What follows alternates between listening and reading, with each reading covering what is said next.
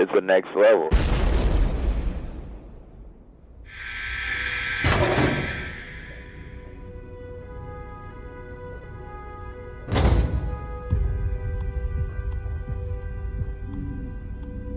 Желание. Живой. 17. Those days are over. I know. I just wanted to see how the new you reacts to the old words.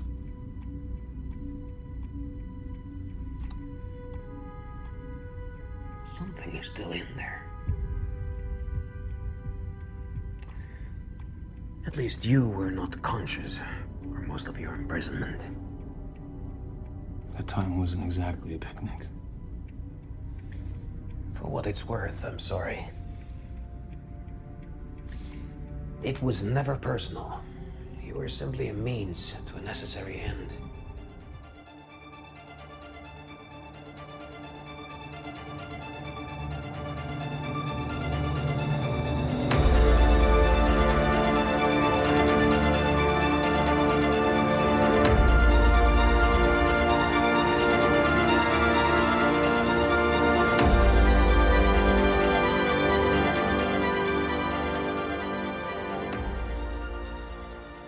Hey, panelers, welcome back to the show. I'm Mark. And I'm Steve. And this is going to be a spoiler-full podcast about the third episode of Falcon and the Winter Soldier. And which episode are we covering? Episode 3, Power Broker. Yeah. And our synopsis is: to find the source of the Super Soldier Serum, Sam and Bucky must scale a ladder of lowlife starting in Madripoor with Zemo. Yeah. Got Baron Zemo back. Or at the time, we only knew him as Zemo in the Captain America and the Winter Soldier movie. But yeah. Was that the first introduction in the movies of him? Yes. Yeah, it was the first time we've ever seen him. And this episode, we got more information about him, which was really, really cool. Yeah. Now, did we hear his name mentioned in Age of Ultron, or was he actually in Age of Ultron? Do you remember? I really need to rewatch those 3 movies just to get. Was part of it. Yeah. Because I think so. Or no. I thought he was the one that was by the phone. Okay. I thought he wasn't the one experimenting on Wanda and Pietro. No. That was all Hydra. Oh, okay. No, but I think there might have been a deleted scene that he was in where he was on the phone with his wife and his child or something, and then that's when they died. Okay. Because it was in Sokovia. Right, and that's what set up Winter Soldier. Correct. Right. Now I'm tracking. Okay. Yeah. So what were your initial thoughts of this episode? It's great. The third episode, I finally found one that I loved after my very first watch of it. But there were some confusing things. There was one really big confusing thing for me the first time I watched it that I kind of got cleared up on the second watch, and we'll talk about that in our discussion.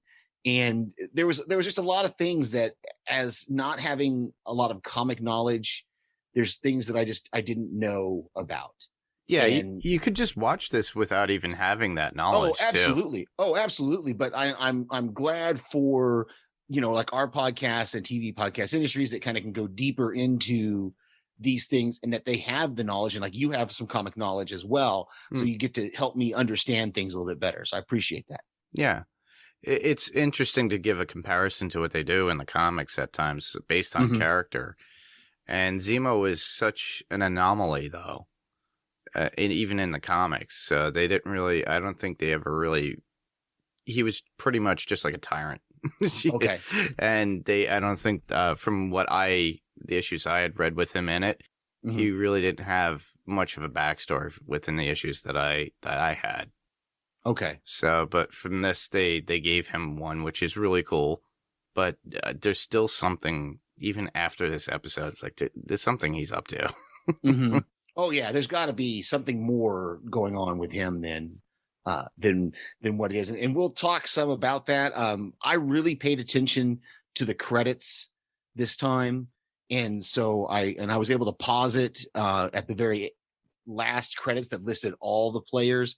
So I have some information that I didn't know earlier, and I was really glad that I was able to get that pause in there. Yeah, there's a lot of other people that are researching the end credits where they show flashes of things, like within comics or pages of like newspaper articles and things of that nature. People are going into that and finding things too. I really did not put the time into that because you have to really zoom in on that stuff. Yeah, I didn't do those. I simply wanted to, there was one person that I really wanted to identify from the cast, and I was able to do that with my pausing of the credits. So cool.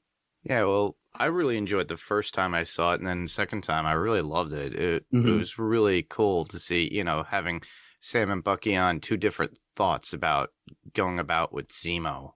And then plus the antics within the episode got me to the humor in it, even though it was action filled, Yeah. But you had those little cuts in there too. And there will be more in my notes with, what I enjoyed about the episode as we go on. The funniest one that I didn't have in my notes is they did make mention about Kong. I did. I heard that when it was Falcon said something about Skull Island. He referred to Madripoor like you guys are talking about like it's Skull Island, and I was like, that's kind of cool. Yeah, go figure. It's like they got another reference in there from that just came out, right around the same time, and which I don't think they were anticipating at this point. No, I'm sure they couldn't have been, but it is a happy coincidence. Yeah. So with that, we should get into our top fives, right? Absolutely. Do you want to start this week? Sure.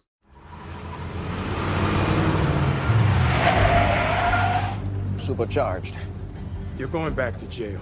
Do you want to find Carly or not? He's right. We need him. And there's two of us and at least 20 of them. Come on. Fine. But if you try that shit again... Wouldn't dream of it. Well, that was one hell of a reunion. Come back to the States with us. I told you I can't. Just get me that pardon you promised me. Thanks for everything. You're not gonna move your seat up, are you? No. Well, my number 5 would be Bucky telling Sam how they would get Zemo out of prison. But in the end, Bucky had already did it. So basically, he just played it all out and how they would do it. And Sam goes, "Oh, that would be a bad idea." And then next thing you know, Zemo comes walking out. Are you kidding me? But the scene was pretty cool in how he had it done. And it just reminded me something out of Burn Notice. And something that they would do in one of those episodes. Yeah, or like Ocean's 12, where they're describing what they're going to do and stuff like that. This was the scene that had the confusing moment for me. And the first time I watched it, when they got through that whole the whole prison break thing and Zemo comes out, there was something just tickling at the back of my brain that I couldn't figure out. Wait, there's something not right about this scene.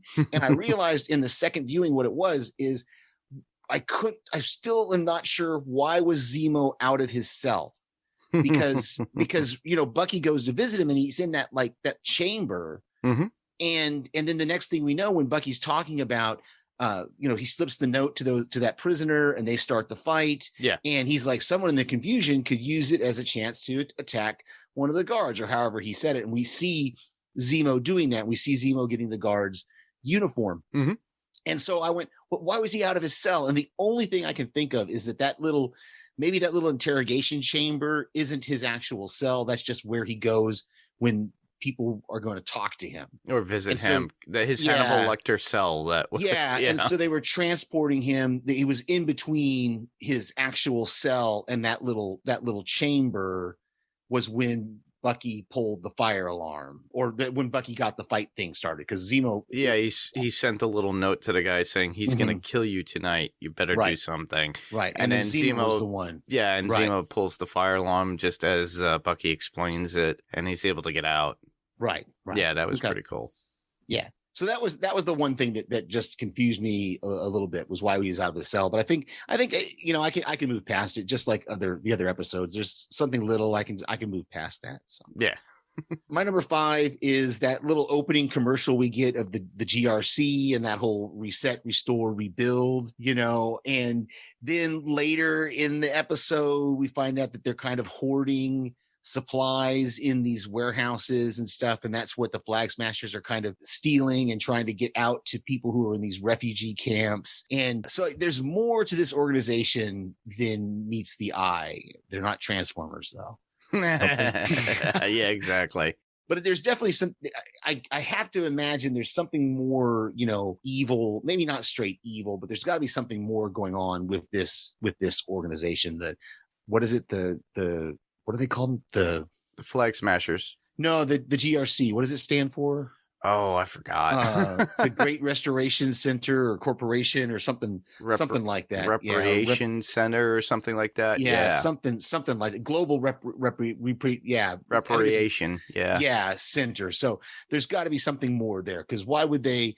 They almost have these guards that have these uniforms, and it almost looks like a military type organization, even. But so we'll see. Yeah, it's an interesting. There's a lot more going on within the show as it is when it comes to the Flag Smashers. You got Zemo, this power broker, who we don't know because we have not seen him or her. We've only seen that one woman, and she got dispatched real quick. Yeah. We've heard people talk about the power broker. Yes. And everybody has talked about him or her, but nobody actually knows who it is. So exactly. I have my thoughts on that. But my number 4 would be, we find out why Zemo is Baron Zemo. So apparently he is royalty and is a baron before Sokovia was destroyed. So he's quite wealthy. And obviously he was trained in fighting and combat. I'm sure he was in the Sokovian army or something, special ops maybe. Maybe it's something that his country requires him. And I just love his assistant on the plane, and that was played by Nicholas Pryor, who is a legendary actor from film, and we've seen him in Risky Business, and he played Tom Cruise's character Joel, his dad, in that movie. So I recognized his face right away. I had to go look it up. Interesting. Yeah. And we see that, Zemo has a private jet and he's got his own personal assistant on there. They make their little jokes about it. If the, the wine is bad or something, give it to them. Yeah. And then he uses them, basically Zemo is using Sam and Bucky as they are using him. And there's still something underlying within Zemo that I'm curious about. What does he need them for? Yeah. What is he using them for in this respect? Yeah, and Zemo was my number 4 as well. And just because and we talked a little bit, I think we hadn't started recording it, or maybe right at the beginning of the recording, we talked a little bit about Zemo and how he's not as fleshed out in the comic books, is what it sounds like to me, as we're getting here. So it was interesting, they get him this little 48-hour pass, or kind of like 48 hours. It's probably going to be more than 48 hours, but they get him this little pass out of prison, and which is actually an escape. And that, that was an interesting scene between Hoskins and Cap when they're talking about that whole escape and whether they actually helped him or not. But it was great to get to know this character. And I was surprised by a few things, that even though, he says he lost a lot of his wealth, but obviously he still has some of it, because he still had that place with all the cars. He still had the jet. He's still, like, everybody's acting like he's not in prison, like he hasn't been in prison for however long it's been since Winter Soldier. Well, there was the whole blip, so he's gone through that. Yeah, maybe. And whether he blipped out or not, I don't, I'm not sure. But it was interesting too. How did he get that book from Bucky? Because it's like all of a sudden he has Bucky's book and he's looking at it. Was it Bucky's book? I thought it was his book. No, it was because Bucky snatches it away from him and takes it back and says, "If you ever touch this again," or something like that. Oh, and then Falcon reveals that it actually was Steve's book that Bucky is now using, because he says that's Steve's book that he had when he came out of the ice.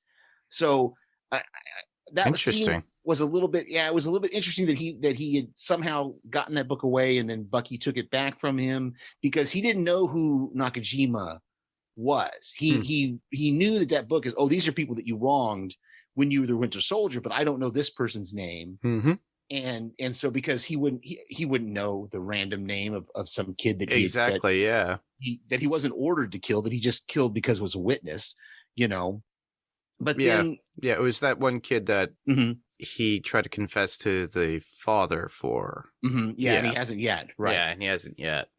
But then in Nagel's lab, we see him take the gun, and I was curious about that when he found the gun, and he's kind of walking around the lab, and what's he going to do with it? And then suddenly we just see him execute Nagel, because Zemo's whole thing is he doesn't want the Super Soldier Serum to get out, so he has to kill Nagel, because we find out that Nagel was able to synthesize it, and I'll talk some more about the Super Soldier Serum later.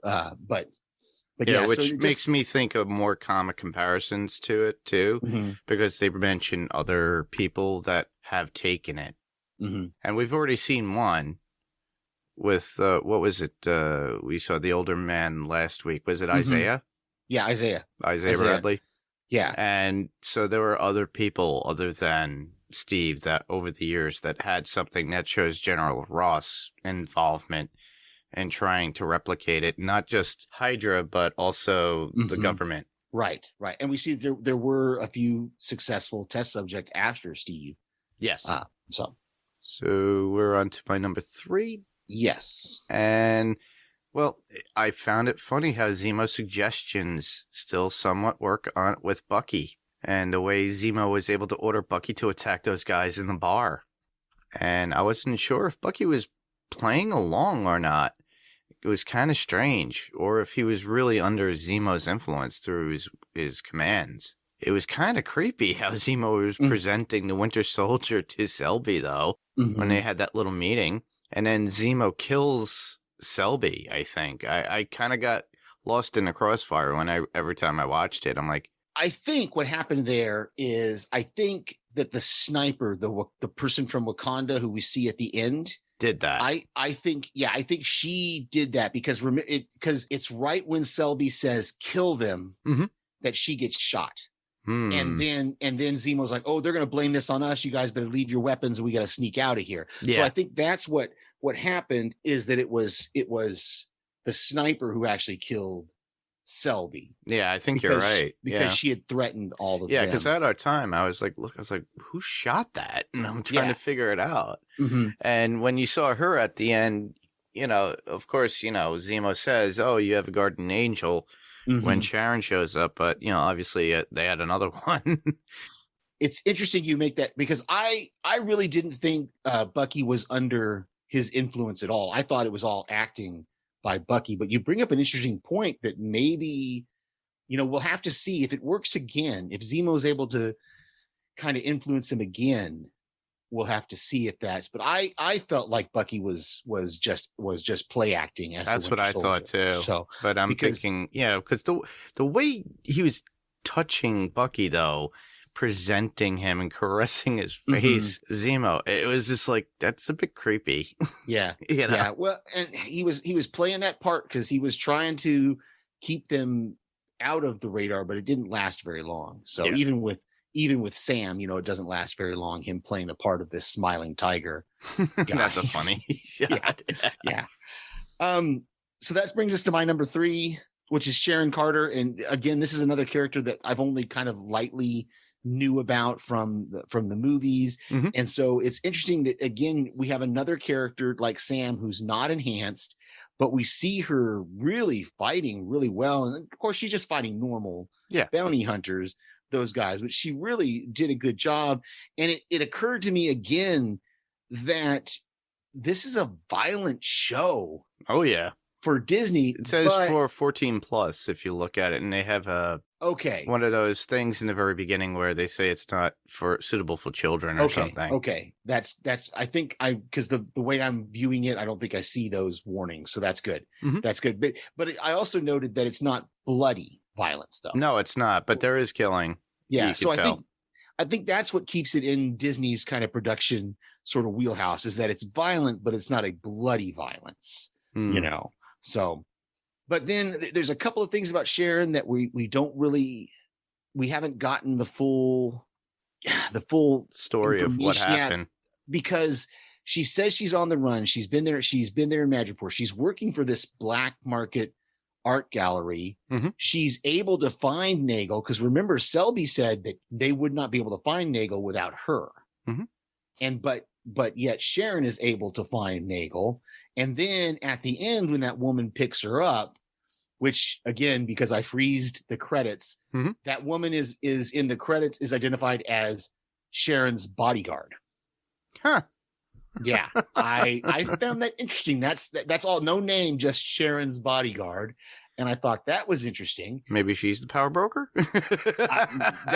I'm kind of wondering now if Sharon Carter, because obviously there's more going on, because she says we have two problems, and she's talking about Sam and Bucky, and then remember that conversation Carly has where she knows that Nagel is dead, and they have all that what's left of the Super Soldier Serum that he had. Remember, he said he made 20 vials. Mhm. There's only 8 right now that have been used. That leaves 12 more Vials out there. hanging around somewhere. That the Flag Smashers have. And so I'm wondering if Sharon Carter has some sort of affiliation With the Flag Flags. Smashers. Yep. That's Yeah. Because that guy brings up Madripoor to Carly, and I'm kind of like, So it's going to be interesting going forward to see how much deeper Sharon Carter is involved in this. Yeah, same here. Well, it leads right into my number 2, which would be getting to see Sharon Carter. We find out where she's been, obviously, ever since Winter Soldier and the blip, obviously. We haven't, nobody's heard or seen of her ever since. She wasn't at Stark's funeral at all or anything back in the day. So apparently the paintings in the Louvre are fake. That's interesting. And I love how it's like Bucky tells Sam, just Google it. And he looks at it, he goes, see? Yeah. And it's for private collectors and Madripoor. And Sharon helps them reluctantly helps Bucky and Sam at this point because she feels that she can't go back. She's got a target on her head, and she doesn't believe Sam when, he says he might be able to help out, and he can't really do anything, honestly. She knows a lot more about Sam now than she did before, if you think about it. Yeah. Apparently she's seen a lot of stuff on TV, knows that he's in financial distress with his sister about the boat and the business. So she's got her hands in deep. So I wouldn't be surprised if, she's another like power or not, you already said it, power broker. Yeah. I don't think she's the actual power broker, but I think she's definitely involved with working with them in some way. Yeah, somehow. And yeah, it's interesting you bring that up because she really does a quick turnaround. Because first Sam says that he can help her and she's like, no, you can't help me. And then all of a sudden she's like, well, I don't want charity. And he's like, fine, help us find Nagel, and then I'll get your name cleared. And then suddenly she goes, oh, okay, as long as it's not charity, as long as I'm doing something to earn, getting my name cleared. But I'm kind of like, what changed? Exactly. Yeah. What went through from that to charity to quid pro quo? Yeah. Because he's still who he is. He's still, not going to be able to clear. I don't know. It was a quick turnaround for her though, that I thought was interesting. Yeah. So my number 2, we kind of already talked about it, just Bucky, that fight in the bar, which I thought was really cool. And so let me look at my notes real quick. And we talked about Madripoor, but I did do a little bit of research that Madripoor is this country that's invented simply for the Marvel comic book universe. And so I don't know if this is the first time we're seeing it in the movies or not. I think it's the first time we're seeing it. Yeah, it is. For me, it is. On screen. So that's kind of cool, but it's kind of like this outlaw kind of land where people can go. There's no extradition to the United States. And it gives Marvel this place where they can send their heroes and they can do things that the heroes wouldn't really be doing in like New York or Chicago or some big city like that. So yeah, I thought that was kind of cool. Yeah, especially with the fight scene at the end of the freight cargo and all the explosions. You would expect the police, the military. No, nobody comes. Right. Nobody even bothers. It's just, it's just another day in Madripoor. So. Yeah. It's like a pirate cove to them. They all are. It's this city built with villains, I guess, if you want to call it that. Yeah. But to top on that drink, that was pretty funny how, it's like, oh, the usual. And he cuts open a snake and takes out the venom and puts it in the drink. And you can see Sam, he doesn't want to drink it. Then he just shoots it down. Yeah. Yeah, I couldn't tell what that drink was, and I didn't try to look it up because I don't want to know. Well, there are some exotic drinks like that where they use snake poison. Yeah. And I've seen it. There was a movie I watched. It had Gal Gadot and Zach Galifianakis in it, and John Hamm. And, John Hamm and Gal Gadot were pretty much spies or something. And he takes Zach Galifianakis to this bar, underground seedy bar, and that's what they do. And then next thing you know, he's standing there, and then the snake bites him. Yeah. But there is such a thing. There is. Yeah. I don't know what it's called, but it's interesting to say the least. It could actually kill you, I think. Yeah. So that would lead me to my number one, and yes. My number one would be the scene when Sharon brings all three of the freight to the freight dock, and they go to see the designer of the Super Soldier Serum, which would be Nagel. Hydra brought him in originally, and then the CIA brought him back or took him in to extract the serum from a stable subject from, you've already mentioned it, from other subjects that had survived the Super Soldier Serum. Now, mind you, in the comics, there were other people that were experimenting with the Super Soldier Serum. The man who became Man-Thing was actually doing that as well. And they also allude in the comics in some alternate versions about with the Weapon X system that they put in place where we get Wolverine from, and how that was part of the Super Soldier Serum, experimentation that they were trying to do. So it sounded like to me that General Ross may be involved in some way, because we have not seen or heard from General Ross in a long time, but he was the one that injected Blonsky. Now, we're probably going to see Blonsky in the She-Hulk show, because it's been rumored that they're going to get Emil Blonsky to come back and do, I'm curious if he's going to look like he did at the very end of The Incredible Hulk. But for the fact that he was another one that was taking the Super Soldier Serum, or had a version of it that Ross gave him. And Ross is so determined. Now, mind you, supposedly he went through surgery when the last time we saw him because he had a heart attack. And then, I think he's probably going to come in later on at some point, not within this show, probably later on in the movie. But the reason why I bring this up is because a lot of the Thunderbolts, which is Ross's group, were subjected to the Super Soldier Serum stuff as well, and himself, and he becomes Red Hulk in the comics. So, and there's been lots of talk over the past 4 years that we're going to get the Thunderbolts and we're going to see Red Hulk at some point. And I'll find it funny if that's the case. I think the Flag Smashers are just an issue, but it was created by somebody who leaked it. And they might be a ruse, they might be something that is set up to, a distraction for these guys. Yeah, I couldn't tell when she was having that whole conversation that, it's a weird timeline, because Nagel says he disappeared in the blip. And when he came back, nobody had advanced his research. So that's why he had to go to Madripoor and go to the power broker, and he developed it for the power broker. And then the Flag Smashers stole it from him, and they took the serum. Yeah. Those eight people, because she says how long our veins were on fire before it kind of settled. And this leads really well into my number one as well, because I do want to talk about that scene with Nagel. Sure. Where he talks about his development of the serum. I was really surprised he didn't have some sort of an alarm or something on his door to tell him that people, because if your door is just going to be unlocked, and anybody can just walk in. That was another moment. Kind of reminds me of the Punisher when we were covering that. And what was his name? They called him the communications guy. That it escapes me. It's been so long since we did it, but he had all sorts of cameras and he had a gun underneath the desk, just like that guy did too. Remember when Frank took that out too? So we see Zemo actually take it. Yeah, yeah.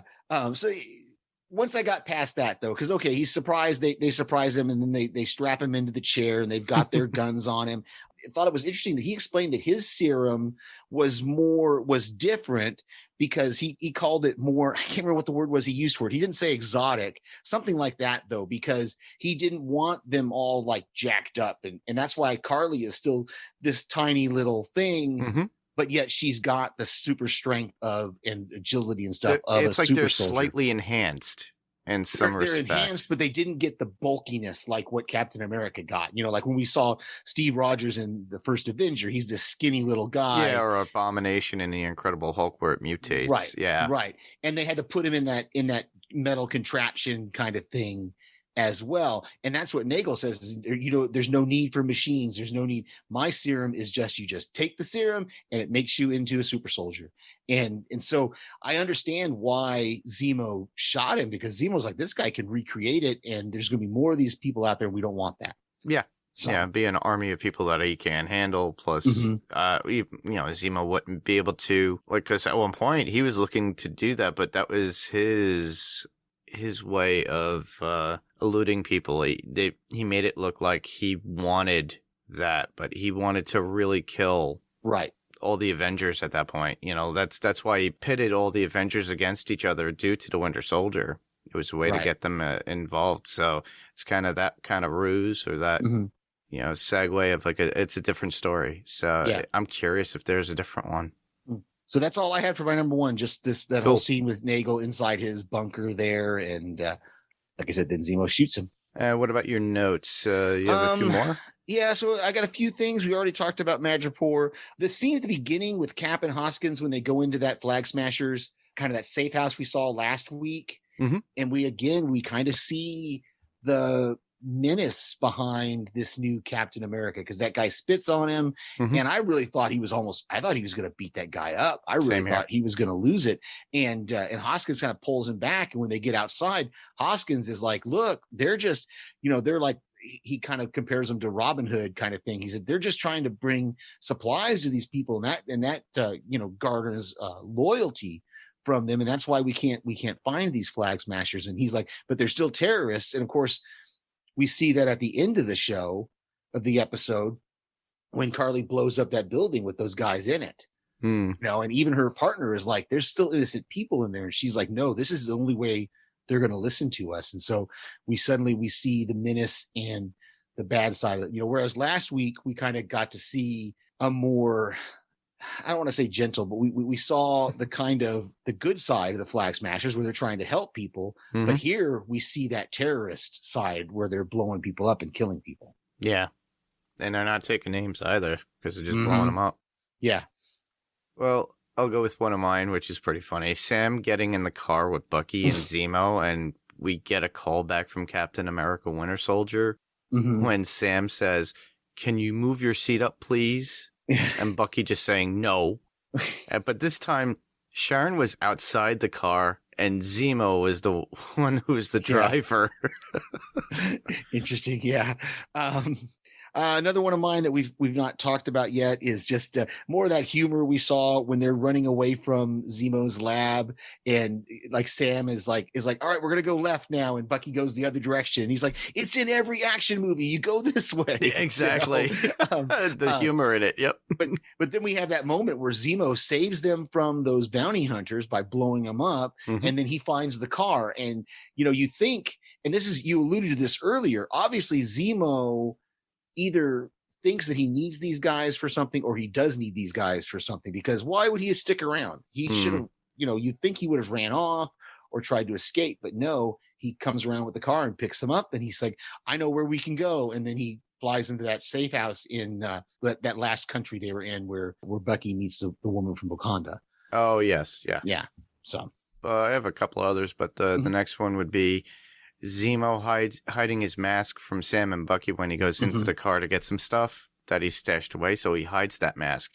We only see that mask come on when he's ready to blow up those guys at the freight place. So it's weird, but he takes it off right away, if you notice. Yeah. So either he's going to use that as a way, or maybe he is the power broker. Interesting. Yeah, I don't know, but I thought it was pretty cool. The only last one I thought, I think I've already mentioned it, is the woman from Wakanda that Bucky meets there at the end is Io. And like I said, I only know that because I actually paused the credits and I went through the whole list of people. And I'm like, who is that? Because I didn't know who it was. I'm like, I know it's a person from Wakanda, but who is it? And sure enough, I'm not even going to try to say the actress's name. Yeah, So. but it wasn't Denai Guerrera's character, No. obviously. No, at first I thought it might be, and that's why I was kind of confused. But the other thing that I noticed in the credits, and I think they did this in WandaVision as well, or they do it. Oh no, Star Trek Discovery would do this. If you watch the credits closely, there's panels that are blank in between names. Like you'll have like this week we had Sebastian Stan, Anthony Mackie, Emily Van Camp, and then there was a blank. There was like a blank screen, and then it went to the next person's name. Really? And then there was a couple other spots where it went to like a blank screen where I assume they're going to be adding cast members' names to those blank spots. Interesting. In the credits, because the same thing was, there was one right after when it said with Daniel Bruhl, and then the next screen is a blank screen before it goes to the rest of the credits. So I'm hesitantly confident that we're going to get some more big stars in this. They said we're supposed to get like a big cameo. But the rumor mill is that it's somebody who is grounded. So who could be grounded within the Marvel Cinematic Universe that we haven't seen yet? A lot of people are trying to say, "Oh, we're going to see a mutant. We're going to see." I was like, I don't think they're going to bring in mutants at this point. I think it's going to be somebody more involved, nefarious. Like I stated, I had thoughts of General Ross. Being the power broker, maybe Zemo being the power broker. We just don't know it yet. Or maybe Doctor Doom. Maybe this is his segue before we actually see him in the next Ant-Man and the Wasp in that movie. Who knows? Yeah. Just interesting. Yeah. Next up, well, what was with Zemo dancing in the club, just doing the fist pumps and everything? You saw everybody. He looked out of place, and not just Bucky, but him. Yeah, that was funny. The conversation between Bucky and Sam about doing what they were doing. Bucky brings up that Sam backed up Steve during the Sokovia Accords and that they were both breaking the law then. And all Bucky is asking Sam to do right now is the same thing. And he was questioning, why would you back up Steve and not me? Right. And we were both friends of Steve and had the same feeling. Why can't you do that again? So that was an interesting conversation that I got out of the episode. Nice. So we got a couple of quotes here each. My first one is before we realize that he's broken Zemo out of prison, Sam says, "Look, Zemo's going to mess with our heads, especially yours. No offense." And then Bucky just goes, "Offense." Yeah, that was good. Doesn't he call him the Bionic Man in reference when he's talking to Sharon? He said something about his arm or something like that. I can't remember how he put it. I think he called him the Bionic Man. First one I have would be Zemo. And he says something is still there, and that's in reference to Bucky. And then that's after Zemo uses the keywords that he used in Winter Soldier, in that movie to control Bucky. And Zemo just responds, "At least you were frozen when you were in prison." And that was referencing when Hydra would freeze Bucky and use him every once in a while. So he was literally in prison during that time. Then he was frozen again at the end of the movie in Wakanda, at the end of Winter Soldier, when they hit him in there.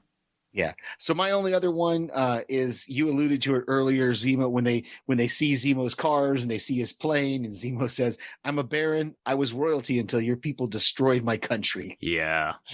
It pretty much explains a lot. Mm-hmm. And the last one I would have, well, it's just a funny one. Sam screaming because, Sharon had to get them all decked out to go to that party. Mm-hmm. And he's like, "I can't run in these heels." I was on the floor laughing because he's not used to dressing like that fancy. All right. So, there's no feedback. I didn't receive anything. So I checked Facebook. I checked our email. So if you guys feel the need, do send some in when you can. And we'll just move right into podcast recommendations. Sure. The only one I've got this week is Strange Indeed, is covering the movie Promising Young Woman, Oscar-nominated movie. Promising Young Woman. Paik and Rima discuss it. I watched it. I sent them a voicemail, and I'm not going to spoil anything about the movie, but I don't know how to feel about that movie. Have you watched that yet? I haven't Promising watched Young it. Woman. It's interesting. Okay. So I don't think it was my cup of tea. That's why I wasn't running to it. It's kind of a revenge movie. I'll just put it that way. I don't want to give too much away, but that's not my kind of. Yeah. I probably would pass. But there was a show that was coming on Amazon that soon that I thought that they could actually pick up. I forgot the name of it, but looks interesting. Kind of similar to Lights Out, and has an all black cast, and it's really good. It looks interesting. I'm looking forward to seeing it hopefully soon. Okay. As far as podcast recommendations for me, it would be Walking Dead cast with Jason and Lucy. They'll be covering, or at least covering, the last episode, which is Here's Negan, which I got to see, which I thought was really good. So I look forward to really good. Yeah. hearing what they have to say. I got to watch it for a second time and send in a voicemail because it was good. So, with that, we'll just move right into feedback and how everybody could get in touch with us. Sure. Once again, as we say every week, you can find us on any podcast player of choice you've got out there, Spotify, Google Play, Apple Podcasts. If there's an opportunity for you to give us a review or a rating, please do that. We would love to hear from you and read those on the podcast. Those help us with those analytics. You can check out our website at panelstopixelspodcast.com. You can also submit your theories to our Facebook page, which is facebook.com/panelstopixels. We have an email that we would love to interact with you at as well, panelstopixels1@gmail.com. Panelstopixels1, the TO is spelled out right in the middle, the number 1 @gmail.com. And then, of course, we have a YouTube page, which is a YouTube channel, which is Panels to Pixels Podcast. Go there, subscribe, give us a thumbs up, and check us out. Yep. Well, next week we'll be back with further discussion of the episode of Falcon and Winter Soldier. We'll come back with Steve and I with doing episode 4, and I will be moving on to episode 5 of Oh, right, because you Invincible. already did. Did you guys? Yeah, record we 4 this morning? recorded earlier, so you guys will get this too this week. So Very you cool. could hear Jamie and I covering the first 4 episodes of Invincible. So we'll Very be cool. covering episode 5, and we just briefly went over our highlights of each overall with the first 4 episodes, and our favorite quotes, thoughts about the show, and it was pretty cool. I Very suggest you guys listen in on that. It's fun if you're into anime or that kind of weird Justice League splatter kind of show. I suggest it. It's kind of like The Boys on crack, I think, but in anime form. And you could definitely tell there was a reason why they didn't do a live action of that particular series. Yeah, I look forward to hearing that too. Yeah, it's pretty cool. She did a great job. Very cool. So where else can listeners hear us? Well, I could be heard on Adrenaline Cinema Podcast on the Pyrocore Entertainment Network. So we cover action films, adventure films, and suspense films. So Steve and I wrapped up Highlander a week ago. It should be coming out this week as well. I just had a long week of work, unfortunately, but you'll get that in your ears soon. As well as I'm working on getting Ben back on so we could just talk about Face Off. Oh, very cool. That'll be a fun one. So we'll do that, and that will be coming your way hopefully soon as well. And for me, I send voicemails to various podcasts that our friends do. Daphne and I just wrapped up season 2 of Snowpiercer, and looking forward to season 3 when it comes out. It is in production right now, but who knows with COVID still being out there what the situation is going to be like, or how long it's going to be before we actually get season 3 of Snowpiercer. But I'll be looking forward to that coming out. That'll be cool. So, well, that was pretty much our show, and I just want to thank everybody for listening. I'm Mark. And I'm Steve. And this was Panels to Pixels, and we'll see you on the next panel. Good night, everybody. Good night.